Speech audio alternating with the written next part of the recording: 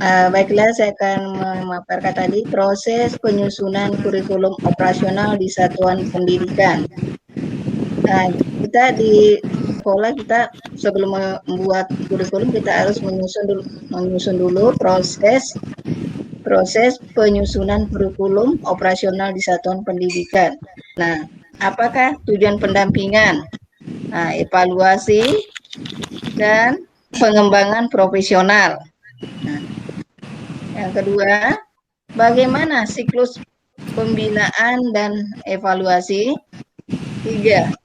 Apa saja pertimbangan yang perlu dilakukan saat merencanakan pendampingan, evaluasi, dan pengembangan profesional? Pendampingan, evaluasi, dan pengembangan profesional di satuan pendidikan dilakukan secara internal dan oleh satuan pendidikan. Nah, itu untuk memastikan pembelajaran yang kita ajarkan ini sesuai apa tidak rencana kita yang untuk mencapai tujuan yang kita tetapkan. Seperti itu. Nah, pendampingan dan pengembangan profesional ini ditekankan pada prinsip reflektif dan pengembangan diri bagi guru. Pendampingan ini dan pengembangan profesional ini dilakukan pada prinsip relatif dan pengembangan diri bagi guru yang ada di satuan pendidikan kita. Nah, ini juga dapat menggunakan alat penilaian yang jelas dan terukur. Proses pendampingan ini dirancang sesuai kebutuhan sekolah yang kita bina, seperti itu. Dan dilakukan oleh pemimpin satuan pendidikan seperti kita, maksudnya kepala sekolah. Itu. Nah, proses pendampingan ini dirancang sesuai kebutuhan dan dilakukan oleh pemimpin satuan pendidikan berdasarkan hasil pengamatan atau evaluasi. Nah, contohnya seperti pendampingan dan pengembangan profesional yang bisa dilakukan adalah coaching, mentoring, pelatihan. Nah, ini ada tiga. Nah, yang mana mempunyai prinsip dan pengembangan profesional. Prinsipnya itu melakukan pembelajaran. Prinsip-prinsip pendampingan dan pengembangan profesional. Ada juga prinsip melakukan pembelajaran, seperti menetapkan tujuan, evaluasi yang dilakukan. Yang kedua, menetapkan informasi yang didapatkan dalam kegiatan kita. Melakukan pendampingan, evaluasi, dan pengembangan profesional dalam pembelajaran itu perlu adanya refleksi dan pemberian umpan balik dilakukan secara terus-menerus dalam keseharian belajar mengajar. Sangat penting untuk guru supaya dapat melakukan refleksi mandiri terhadap kriteria kesuksesan yang telah ditetapkan oleh tujuan belajar atau pencapaian pembelajaran yang ada pada profil pelajar Pancasila.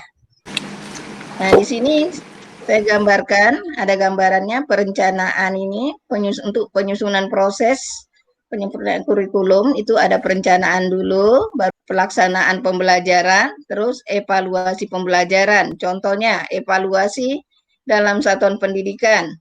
Data apa yang dibutuhkan proses evaluasi? Bagaimana program pembelajaran dijalankan?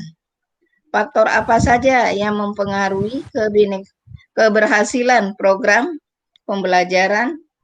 Faktor apa saja yang menjadi tantangan pelaksanaan program pembelajaran? Apa saja hal-hal yang dibutuhkan untuk meningkatkan keberhasilan pembelajaran?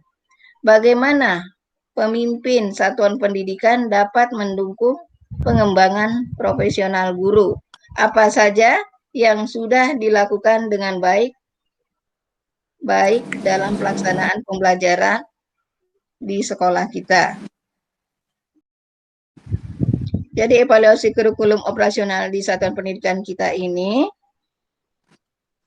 dapat dilakukan hari-hari guru itu disuruh membuat catatan aneka detail secara informal, mengisi bagaimana proses belajar berjalan, bagaimana tujuan belajar tercapai, bagaimana murid merespon proses kegiatan belajar di sekolah. Nah, ini per unit pelajar. Setelah melakukan asesmen formatif secara individual maupun tim, guru, dan menginterview belajar dan tercapainya tujuan dan melakukan perbaikan maupun penyesuaian terhadap proses pembelajaran yang kita lakukan di sekolah kita. Nah, setiap per semester selesai, guru dan tim yang lainnya bisa membentuk atau melihat kontinen pencapaian sampai di mana dicapai pembelajaran ini dalam bentuk dialog data. Seperti itu. Nah, contohnya seperti strategi untuk evaluasi kurikulum operasional di satuan pendidikan. Kita akan mengadakan pertemuan antara orang tua dengan warga sekolah untuk mendapatkan gambaran apa yang akan diadakan evaluasi di sekolahan kita, seperti itu.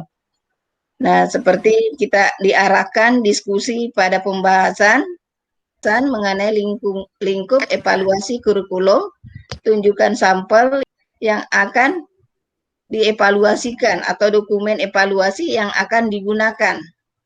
Nah, terus kita mengamati jelas jalannya program secara saksama untuk mendapatkan informasi nyata, mengingatkan semua pihak terhadap tujuan program kita. Sampai di sini ada yang bertanya atau kurang jelas? Bapak Ibu sepertinya semuanya. Sudah jelas, Bu Nur. Nah, jelas Ya, sudah, Bu, jelas. Terima kasih.